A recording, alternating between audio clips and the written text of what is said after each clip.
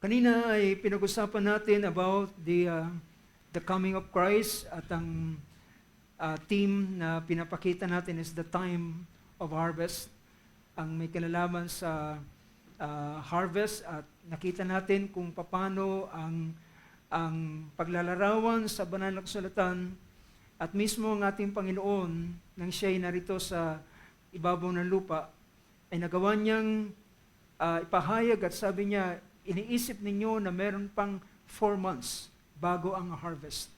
So kung ang harvest sa buwan, kung titingnan natin, ang katapat ng harvest season sa Israel at sa atin, ito ay tumatapat sa atin sa pagitan ng March 15 to April 15. Yan yung month of Nisan. So, pero mostly, ang Nisan, ito ay nagbabago dahil naka-depend yung month of Nisan or Abib sa kanila sa new moon. Yung pag-start ng new moon ay yun ang kanilang tinitingnan, yan ang dahilan kung bakit minsan nagbabago. At even tingnan natin yung ating mga Lenten season, yung mga Holy Week na tinatawag natin, minsan nagbabago ito, pero mostly it's either the end ng March or starting week ng April. So doon naglalaro dahil ang tinitingnan nila ay yung new moon. So kanina ay tinapos natin ang ilang bagay at ito'y hanggang doon tayo sa doon sa panahon ng rapture. At pinapakita rito kung ititipon natin ang harvest sa pagparito ng ating Panginoon, makikita natin tiyak meron talagang pag-agaw. Nakuha niyo ba mga kapatid? Tiyak merong pag-agaw dahilan sa harvest, yung mga binhi o yung mga butil na inani na inihiwalay doon sa dayami ay dadalhin mismo doon sa bodega o doon sa bangan at yun ang tinatawag na rapture. So, meron pang ilang mga bagay at punto na aking iniwan. At alam nyo, nakakamangha ang banal na kasulatan dahilan merong mga katulad na lamang nung tingnan natin sa Book of Ruth. It's just this mga nagdaang araw lamang o kahapon lamang napansin ko yung Book of Ruth na merong si Ruth ay nag-ani siya mula sa starting ng barley harvest at hanggang sa end ng wheat harvest. Diba? Napansin natin yun. At yun ay pagpapakita ng grace dispensation sa 7 church ages. So mula ng ating Panginoong Hesus ay mabayubay sa krus at hanggang sa panahon ng pagtakbo ng 7 church ages, itong lahat ay pawang harvest. So pag-harvest ito ng mga kaluluwa throughout the ages, at sabi ng Book of Revelation, nakita ni John the Beloved sa kanyang vision sa Isle of Patmos na ang anak ng tao is Jesus Christ is walking in the midst of the golden candlestick. Siya ay lumalakad sa gitna ng golden candlestick. So ibig sabihin, siya ay tinupad niya yung kanyang pangako na hindi ko kayo iiwan, hindi ko kayo pababayaan. Ako isa sa inyong palagi hanggang sa huling sandali ng sanlibutan until the end of the age. So yung end of the age na yan ito ay hanggang sa pagre-regeneration. Pagkakaroon ng regeneration, doon mag-e-end yung sa panahon ng kanyang pagbubuhos ng kanyang galit, ay doon yun yung pinakakatapusan ng kapanahunan. At ang pagpasok ng millennium ay siyang regeneration at pagbabagong lahi, sabi ng sabi ng gospel. So, ilan pang mga bagay. So, nakita natin na si Ruth at si Naomi at si Boaz, ang mga main character sa Book of Ruth, ay naging magkakasama sila, and until sa pinakahuli ng Book of Ruth, ay makikita natin yung pagsasama, pagiging isa ni Ruth at ni Boaz. So, sa ilang pangbahagi ay tinignan ko, mga kapatid, ang isang pangyayari sa Israel. Isang pangyayari sa Israel na nawala yung Ark of the Covenant sa kanila. Naalala niyo yun? Sa panahon ni Eli, the high priest, ay nawala, natalo sila sa labanan, namatay ang kanyang mga anak, si Hophni at Pinehas, at nang mamatay sila, kasabay nito ng pagkatalo ng Israel, dahilan dinala nila yung Ark of the Covenant doon sa labanan, ay naging dahilan nito para pati yung Ark of the Covenant ay makuha ng mga Philistines. At ang pinakamabigat sa kanila ay hindi lamang yung pagkatalo nila sa labanan, ang pinakamabigat sa kanila ay ang nakuhang Ark of the Covenant. Dahil ang Ark of the Covenant is the very symbol ng Diyos na kasama nila sa kanilang kalagitnaan. At that point of time, ay wala pang temple. Wala pang temple sa panahong yon. Ang Ark is probably nasa isang tolda siya, at ito ay somewhere in Shiloh.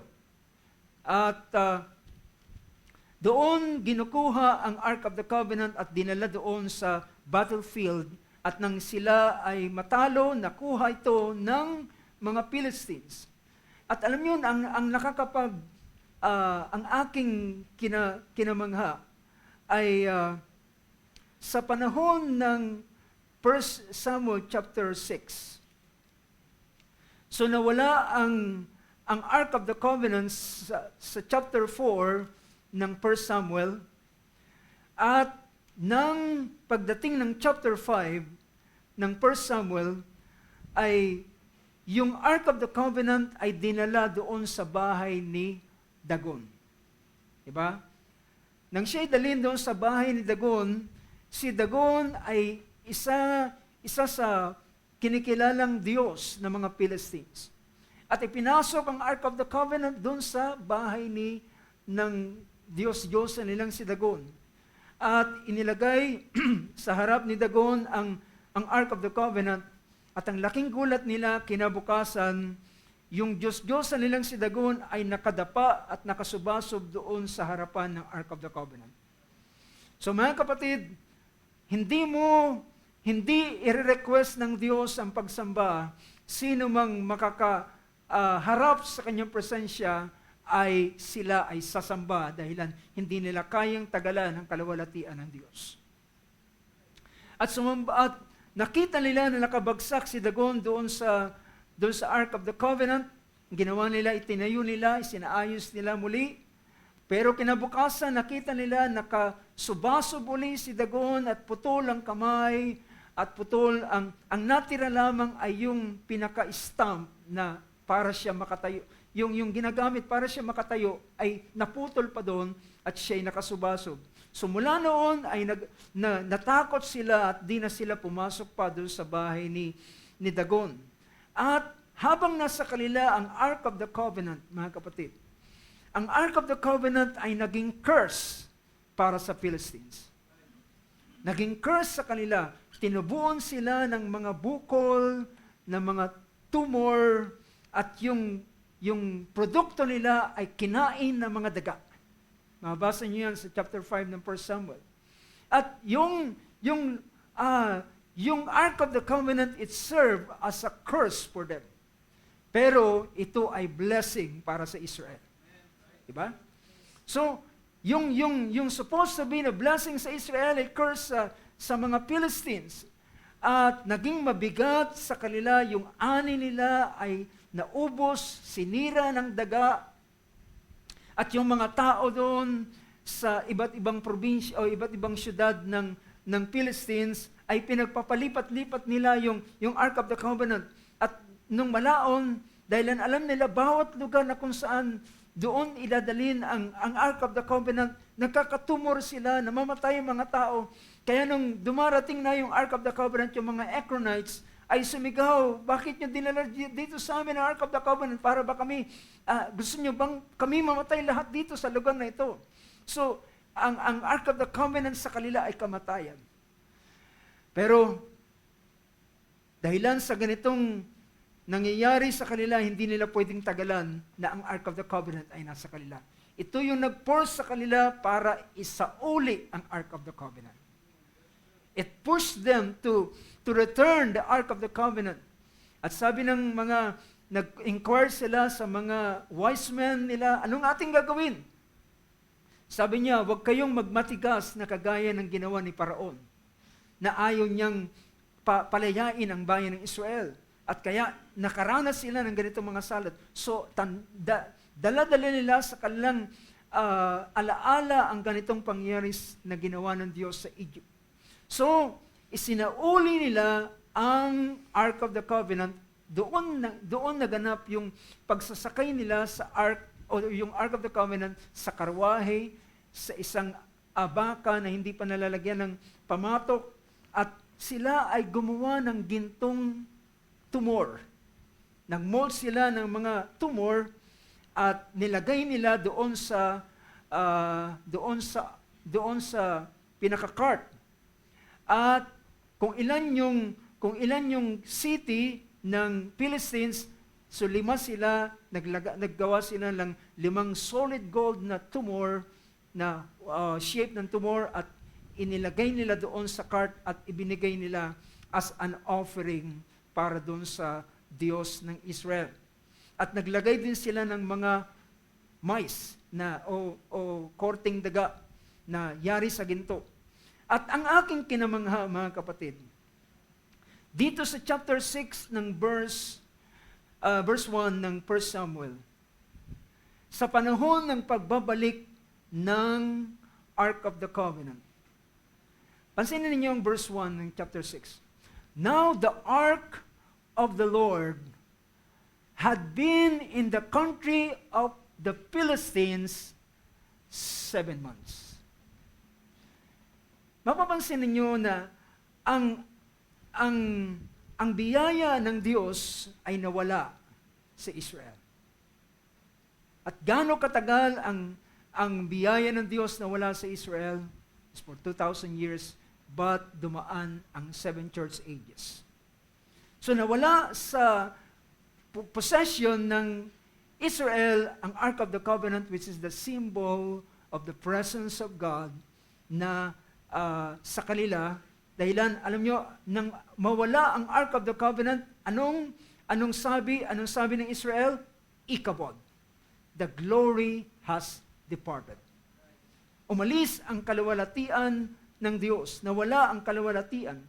Isa sa anak ng namayapang anak ni Eli ay yung manugang niya nanganak dahilan sa balita na kanyang narinig, at kagampanan siya noon at na-stress at naipanganak ang kanyang anak at pinangalanan yung Ikabod, meaning the glory has departed.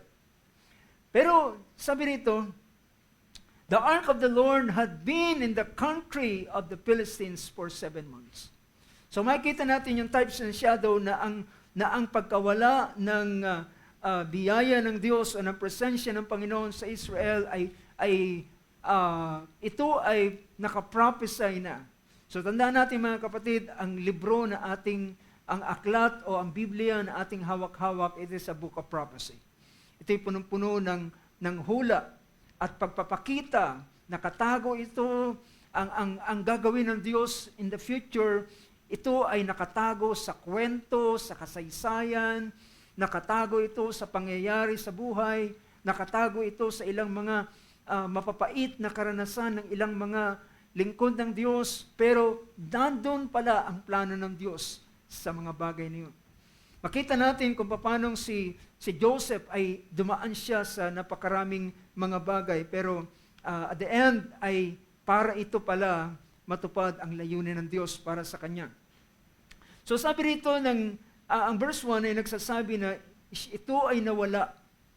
At pansinin ninyo naman ang verse 13. So ito yung panahon na ibinalik nila yung Ark of the Covenant. So, inilagay nila sa kariton, pinahila sa baka, at sila ay humingi, sabi niya, tayo ay maglalagay ng tanda. Kapag ang baka na may daladala ng Ark of the Covenant ay dumire-diretso, papunta doon sa lugar nila, ay ibig sabihin, ang Diyos nila ang may dahilan kung bakit tayo nagkaroon ng ganitong mga klase ng salot. Sabi rito, verse 8, take the ark of the Lord and place it on the cart. Bago basahin ko yan, ang verse 6 ay sabi ron, why then do you harden your hearts as the Egyptians and Pharaoh hardened their hearts? So ito yung advice ng mga wise men o tinatawag nilang mga lords of the Philistines sa panahong yon. Sabi niya, when he had severely dealt with them, did they not allow the people to go and they departed?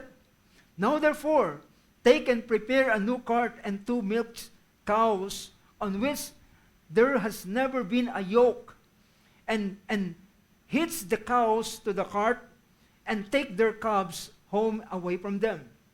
Take the ark of the Lord and place it on the cart and put the articles of gold, yung mga ginawa nilang mga ginto, yung tumor at yung mice,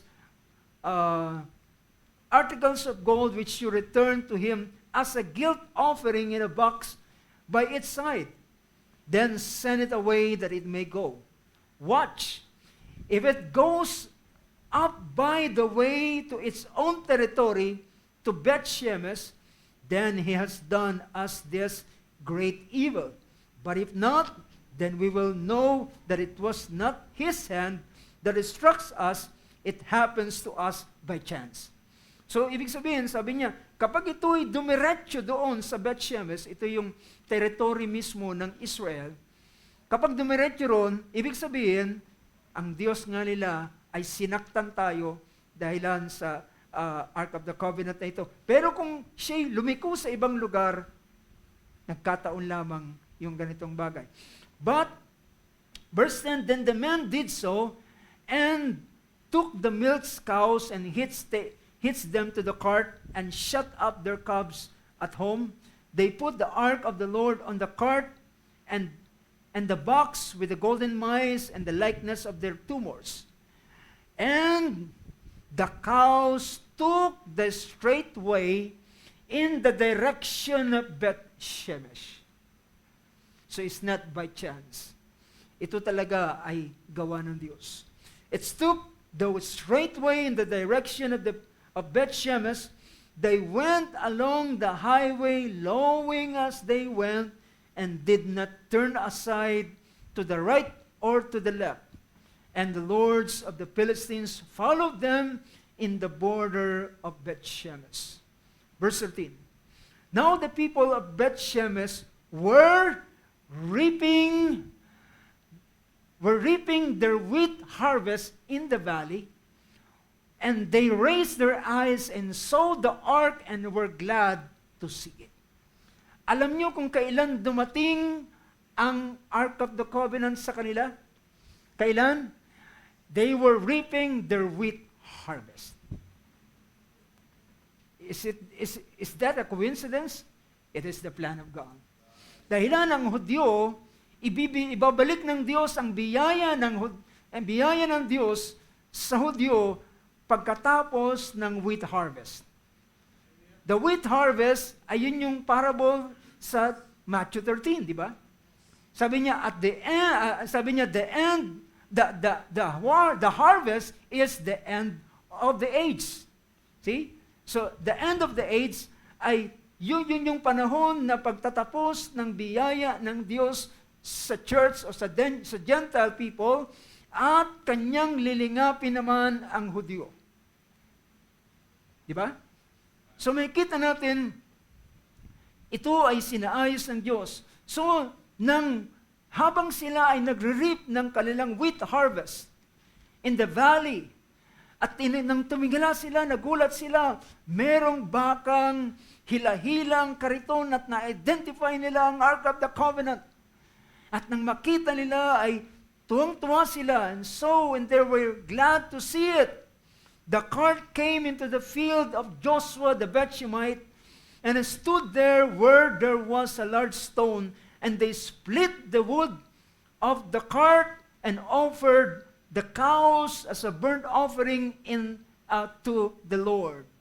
And the Levites took down the ark of the Lord and the box that was with it, which were the articles of gold, and put them on the large stone. And the men of Bethshemesh offered burnt offerings and sacrifices that day to the Lord. Nakita niyo yung ganitong bagay, ang pagbabalik ng Ark of the Covenant is sa panahon ng wheat harvest. At pagkatapos ng wheat harvest sa church, ay pagpapakita ito ng paggawa ng Diyos sa iglesia, sa Gentile people, at ito naman yung panahon ng kanyang pagbabalik. Ano yung sabi ni Simeon? Sabi ni Simon, ni Peter, habang nagkakaroon sila ng council doon sa Jerusalem, dahilan may mga Pariseo na pinupush nila na magpa-circumcise yung mga Gentiles. Pero nagpahayag si Peter at sabi niya, unang dadalawin ng Diyos ang bayan, at pagkatapos, ang tinutukoy niya ay ang Gentile, at pagkatapos noon ay kanyang babalikan ang binhi ng Israel.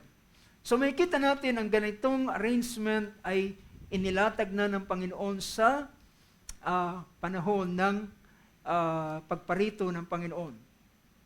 I just want to raise some points pa. Dito sa chapter 26 ng Book of Proverbs. Chapter 26 ng Book of Proverbs ay sabi rito sa verse 1. Pansinin niyo yung verse 1 ng chapter 26.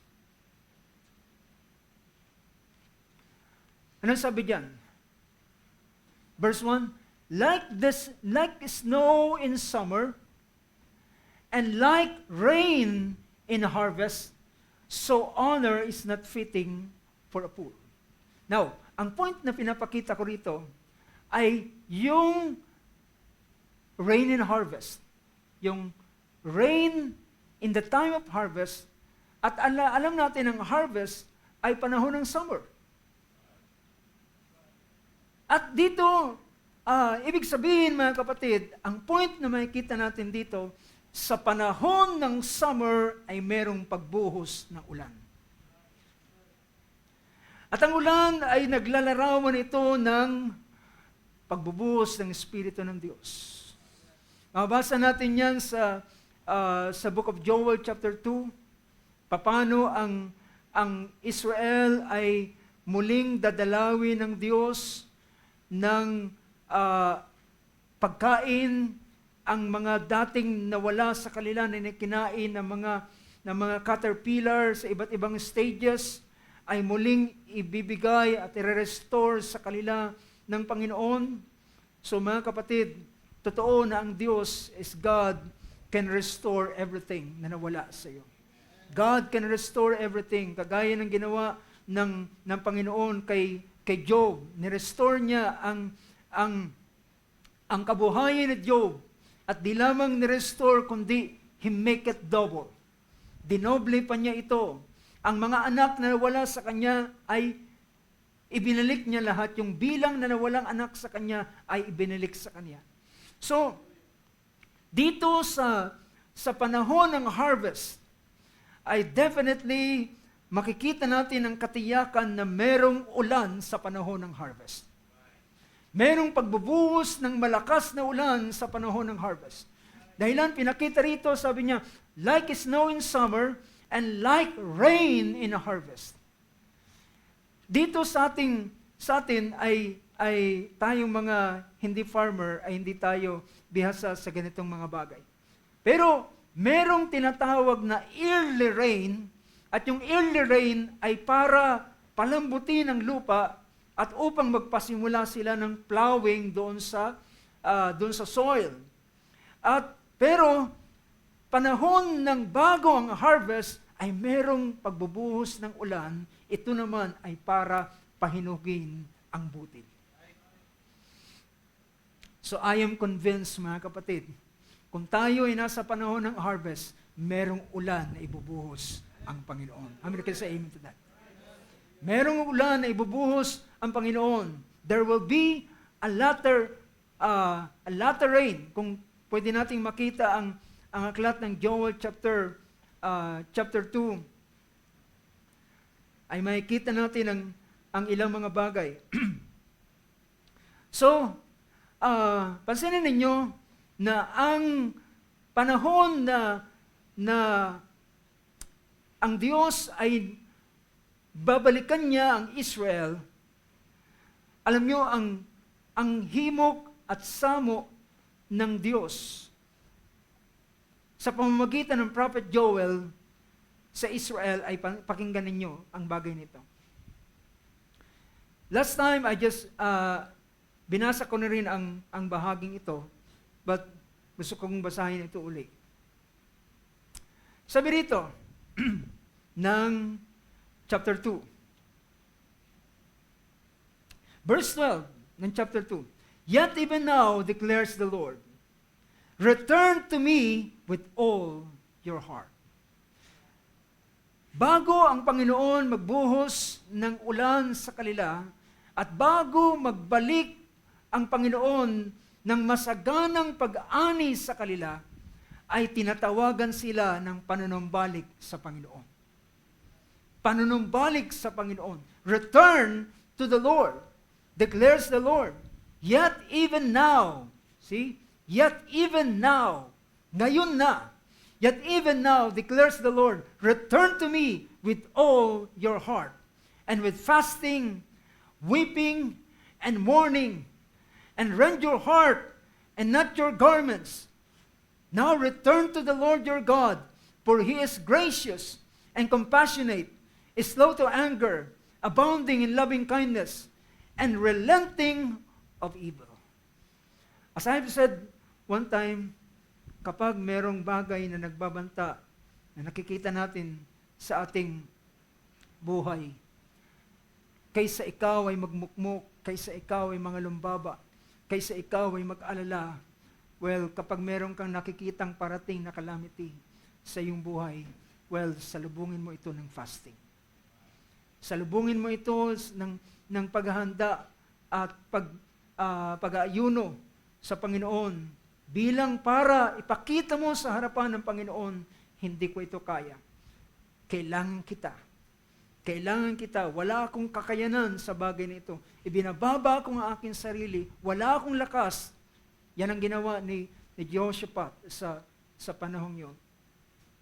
So, sabi rito, verse 14, who knows whether he will not turn and relent? Dahilan ng Diyos ay nagbabago. See, ang Diyos ay may mga salita na hindi niya pwedeng baguhin. Pag ito ay may kinalaman sa kanyang plano, sa kanyang layunin, hindi niya ito pwedeng baguhin. Hindi siya pwedeng magsinungaling. Pag pinag-usapan ng kanyang mga plano, layunin, mga blessing na kanyang ibibigay, pero kapag siya ay nag-declare ng judgment, praise God, ang Diyos ay kanyang pwedeng baguhin ito. Diba? Ganon kabuti ang Panginoon. So, kailan siya nagbabago ng kanyang salita? Ito ay kapag may kinalaman sa judgment para sa isang tao. Kapag ang tao nagsisi, pwede siyang right away, sa isang iglap, pwede niyang baguhin ang lahat ng bagay na kanyang ipinlano dun sa taong yon. Who knows whether he will not turn and relent and leave a blessing behind him. And leave a blessing behind him. Tatalikod siya, hindi niya itutuloy yung kanyang pangit na yung naka-pending judgment, pero mag-iiwan siya ng blessing behind. And leave a blessing behind. Anong yan? 14? Even a grain offering and a drink offering for the Lord your God. Mga kapatid, hindi pwedeng magdala ng grain offering kapag walang harvest. You get the point? You cannot give a grain offering to the Lord, and mostly ang grain offering ay ginagawa sa panahon ng first fruits. Pag i-bless muna ng Panginoon ang Israel sa pamamagitan ng ulan at magkakaroon sila ng magandang ani at saka sila makakapaghatid ng grain offering sa Panginoon. So ito yung chain reaction. Even a grain offering and a drink offering for the Lord. See? For the Lord your God. Then verse 15. So tingnan niyo yung mga kaugnayan ng ganitong bagay. Hindi pwedeng mag-alay ang isang Israelite sa Panginoon kung hindi siya lilingapin ng Diyos at i-bless ng Panginoon sa pamamagitan ng isang magandang harvest. Verse 15, blow a trumpet in Zion, consecrate a fast, proclaim a solemn assembly, gather the people, sanctify the congregation, assemble the elders, gather the children and the infants, nursing infants. Let the bridegroom come out of his room, and the bride out of her bridal chamber. Let the priests of the Lord's ministers weep between the porch and the altar, and let them say, spare your people, O Lord, and do not make your inheritance reproach, a byword among the nations. Why should they among the peoples why should they among the people say, where is their God? So pinakita rito ang pagtawag sa lahat ng bumubuo sa Israel.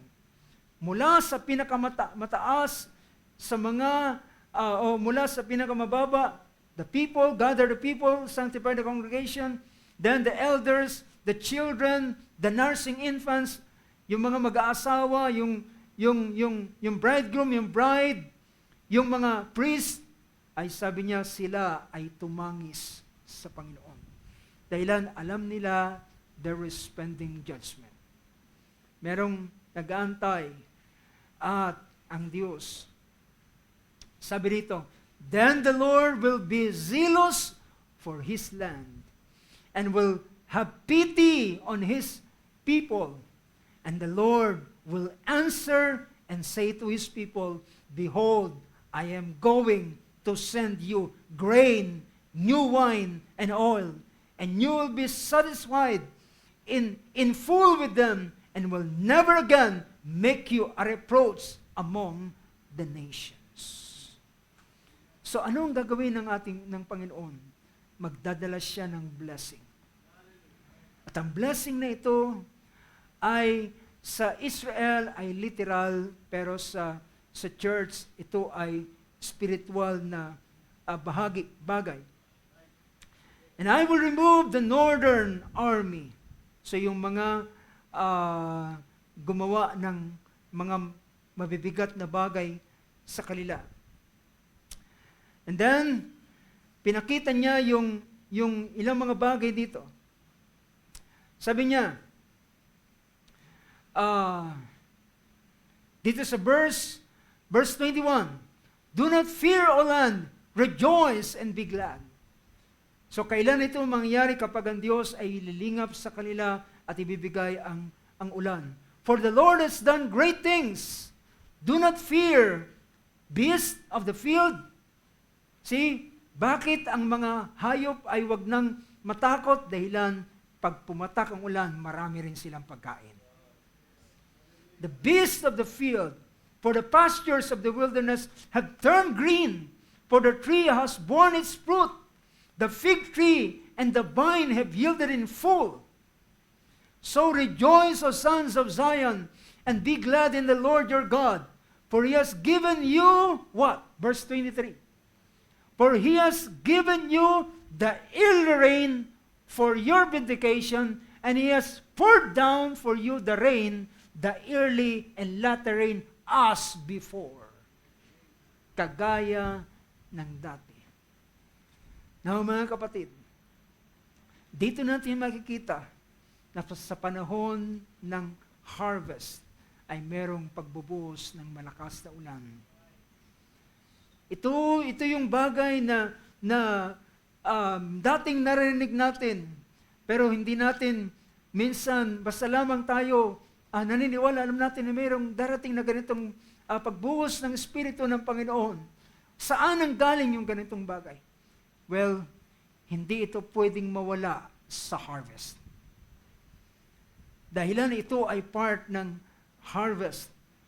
So meron siyang pagbubuhos ng ulan na idadalhin. Hallelujah. So, alam nyo, kagaya ni Elijah, sinabi niya kay Ahab, sabi niya, Gear up your loins. Sabi niya, magmadali ka, sumakay ka ng kabayo. Magpatakbuhin mo na mabilis ang iyong karwahe. Baka ka maipit sa malakas na ulan. Dahilan, naririnig ko ang malakas na dagundong ng ulan. Wala siyang nakikita. Ang tangi nakita niya, dahil, well mga kapatid, ang pananampalataya ay hindi nakabase sa mga bagay na nakikita ng mata. Ang pananampalataya nakabase saan? Sa salita ng Diyos. Sa sinabi ng Panginoon, whether may makita ka o wala, whether na meron kang maramdaman o wala, nag-base si Elijah doon sa salita ng Panginoon. Sabi ng Panginoon, magpapadala ko ng ulan. Kaya, sinabi niya doon sa kanyang servant, akyat ka sa bundok, tingnan mo kung ano ang nakikita mo. Ay bumaba siya. Sabi niya, Panginoon, wala akong nakikita. Well, hindi sinabi, sige, umuwi na tayo, wala ka rin naman pala nakikita. Pero sabi niya, bumalik ka ng 7 times because he know, ang sabi ng Panginoon, siya ay magbubuhos ng malakas na ulan. So, pagkadating ng 7th time, well, hirap ng trabaho ng servant ni Elijah, akyat sa bundok, baba, akyat, baba. But 7 times, pero sa ika-7th time, ay nakakita siya ng isang ulap na kasinlaki ng kamao ng tao. Sabi niya, nakakita ko ng isang ulap kasinlaki ng kamao ng tao. Sabi niya, that's enough. Sabihin mo kay Ahab, madali siya, baka maipit siya ng malakas na ulan. So pinakita rito, ang Panginoon ay magbubuhos ng malakas na ulan sa panahon ng harvest. Be prepared, brothers and sisters. Be ready sa uling maaraw nito. Hindi ito ikaw ang gagawa, siya ang gagawa. Siya ang magbubuhos, siya ang nagpapadala ng ulan. At sabi rito, verse 24, the threshing floors will be full of grain, and the fats will overflow with the new wine and oil. Kapag ang unang pagpasok ng taon ay ang Diyos ay nagbigay ng ulan sa kanila, definitely ang buong taon ay punong-puno ng harvest. Meron akong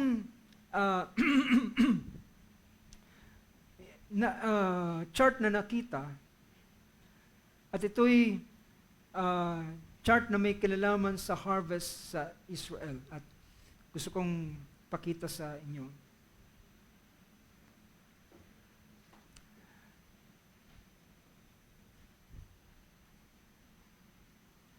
Yung chart na ito ay may kinalaman sa mga harvest ng Israel. So medyo maliit, pero mapapansin ninyo, yung wheat tsaka barley yung X na yan ay pinapakita, mas mauuna ang barley hina-harvest. It is in the time of April. Ang wheat ay medyo late siya na ripen at mas late siyang hina-harvest.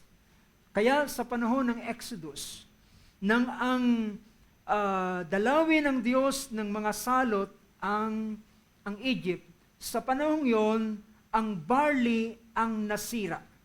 Why? Dahilan ang barley sa panahon yon ay, anong tawag sa mga magsasaka? Nagpupuso na siya. So, dahilan doon sa mga salot na dumating sa Egypt na destroy yung barley. Dahilan yung panahong yon ay panahon ng naitanim ng barley at nasa pamumuso na siya. Pero sabi roon, mababasa niya sa chapter 9 ng Exodus verse 31 and 32, pinakita roon na ang barley ay na destroy. Sabi rito ng 9:31, now the flax and the barley were ruined. Nasira ang flax tsaka yung barley. For the barley was in the ear and the flax was in bud. But the wheat and the spelt were not ruined, for they ripen late. So mauna yung tinatawag na barley and wheat harvest. At pansinin ninyo, ang pagparito ng Panginoon ay harvest din, pero ang harvest na yon, yung panahon ng rapture ay harvest yon ng wheat, di ba? Wheat harvest yung panahon ng rapture. Ito yung end ng wheat harvest at paggagather ng grain papunta doon sa barn. Pero yung pagparito ng Panginoon to judge the earth, to judge the world, by the wrath of God, it's also a harvest. Pero yung harvest sa panahong yun ay harvest ng grapes. Mapasin dyan yung grapes. Yung grapes ay i-harvest siya sa panahon ng start ng June, July, August, at ang pinaka-sukdulan ng harvest ng lahat ng mga pananim sa kanila, gaya ng grapes, figs, pomegranates, and olives. Mapapansin nyo, yung grapes, yung figs, tsaka yung olives, mababasa nyo yan sa Book of Revelation. Look at your Bible. Yung panahon ng wrath of God ay inihalintulad yun sa kagaya ng igos na inuga, na naglaglaga ng kanyang bubot na bunga. Yung olives, yung grapes, ay ang Panginoon sa kanyang pagparito ay matitigmak ng katas ng ubas ang kanyang vest. Dahilan, ito yung panahon ng pag-judge sa mga tao at ang kanilang dugo ay magtitilamsikan. Thus, grapes harvest. At ang pinakahuling i-harvest nila ay what? Is the olives. Ito yung second coming ng ating Panginoon na siya ay tutungtong sa bundok ng olives.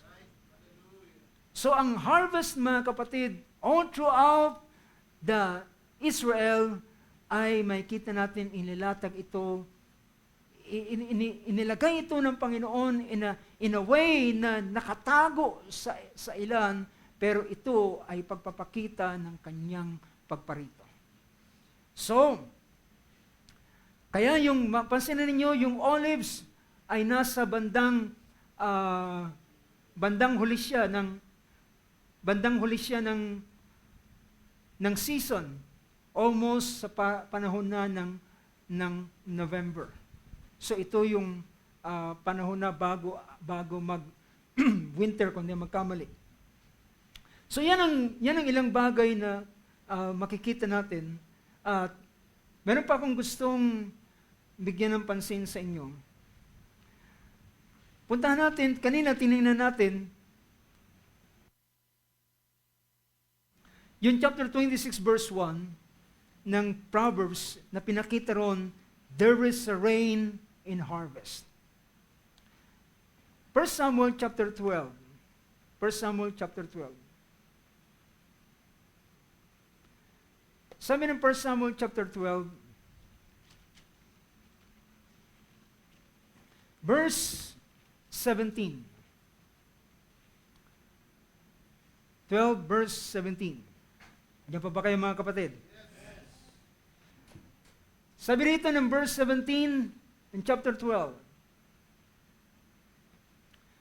Ito yung panahon ng Israel ay humingi ng hari. At sabi ng Panginoon, kay Samuel ay mabigat ang puso ni Samuel. Sabi niya, Panginoon, tinanggihan ka nila. At sabi ng Panginoon, ibigay mo ang kanilang hinihiling. Dahilan hindi ikaw ang tinanggihan nila, kundi ako. At binigay ni Samuel ang kanilang kahilingan. At pagkatapos noon ay pagkatapos ng pag-confirm kay Saul as a king, ay ipinakita naman ng Diyos sa pamamagitan ng Samuel sa Israel na ang kanilang ginawa ay nakasala sila sa harapan ng Panginoon. The sin against the Lord. Verse 17. Or verse 15, para makita natin. If you will not listen to the voice of the Lord, but rebel against the command of the Lord, then the hand of the Lord will be against you as it was against your fathers. Even now, take your stand and see these great thing which the Lord will do before your eyes. Sabi niya, ngayon, tumayo kayo, tingnan ninyo ang dakilang bagay na gagawin ng Panginoon sa inyong paningin. Verse 17. Sabi niya, it is not the wheat harvest. So mark the word wheat harvest. It is not the wheat harvest today. I will call to the Lord that He may send thunder and rain. Then you will know and see that your wickedness is great, which you have done in the sight of the Lord by asking for yourselves a king.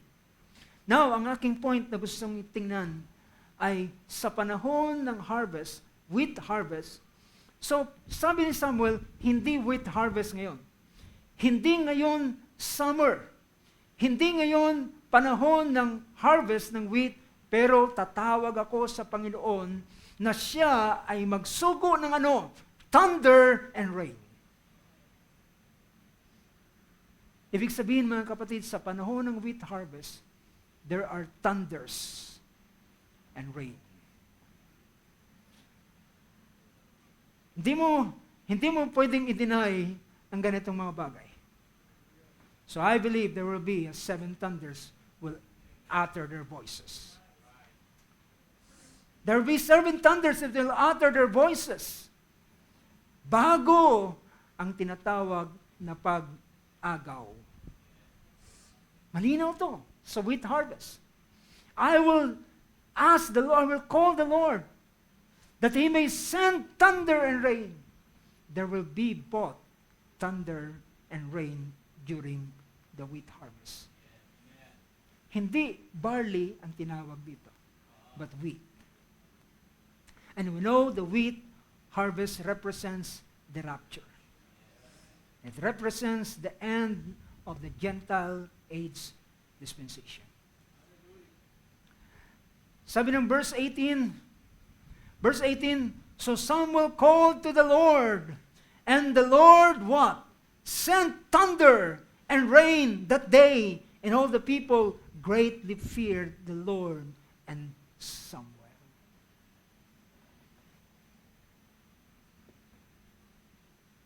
Are you convinced? I am convinced, brothers and sisters. Kung merong mga hindi naniniwala sa thunders, I believe there will be a thunder. Not because I just heard it, at ito ay doctrine ng anti-message at meron silang iba't ibang mga interpretation sa bagay nito, pero particularly pag pinag-usapan ng scripture, ang thunder ay may kinalaman sa harvest. In particular, doon sa end ng harvest. Now,